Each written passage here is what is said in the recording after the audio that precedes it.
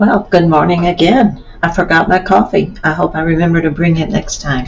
I just wanted to share with you phase 10 of this little project. This is going to end up with resin on it like this one.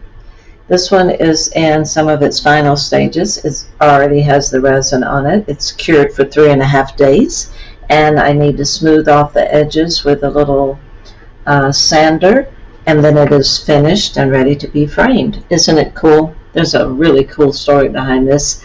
In fact, today's my dad's birthday, or would have been my dad's birthday, and his mother used to feed me what I called white coffee in a little black teapot, brownish black teapot, and I call it the enchanted teapot. So this is a rendition of the enchanted teapot that is so special to me.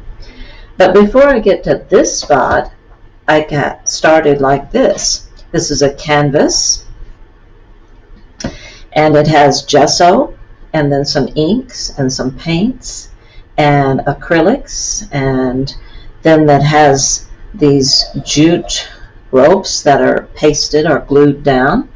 This, all these strips, and this is watercolor paper with watercolor paint.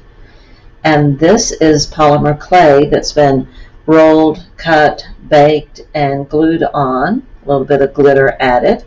And you'll notice that underneath these strips of jute and watercolor is a different color of paint and or inks.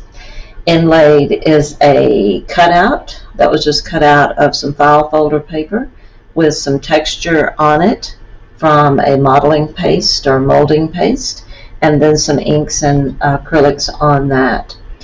I have duct tape around this one. On the other one, I used gaffer's tape, Gaffers. The gaffer's tape worked okay, but it was quite strong when I went to pull it off. It did fine, it worked well, but I'm trying duct tape on this one to see if it's a little bit easier to remove after the 3.5 days of curing. So the next step for this one is to get the space where I put it to pour the resin on it to a nice 75 to 85 degrees. That's what's required by the art resin, which is the one I use.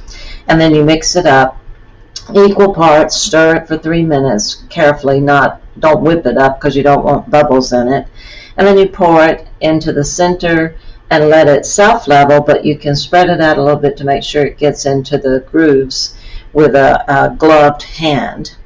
And then it has to cure for 3.5 days. But before you leave it to cure, right after you pour it and get it smoothed out, you take a heat gun to it and you gently blow in areas where you see little miniature bubbles, and they just immediately go away.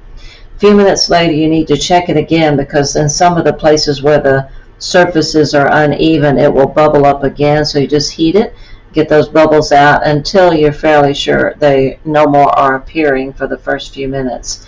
And then you let it sit for 3.5 days, and then you pull the tape off, and it's ready to be smoothed down and framed. So that's for this morning. I just wanted to share that with you. I'll show you the process when I get ready to get the room warm enough where I do that for it to be able to be poured.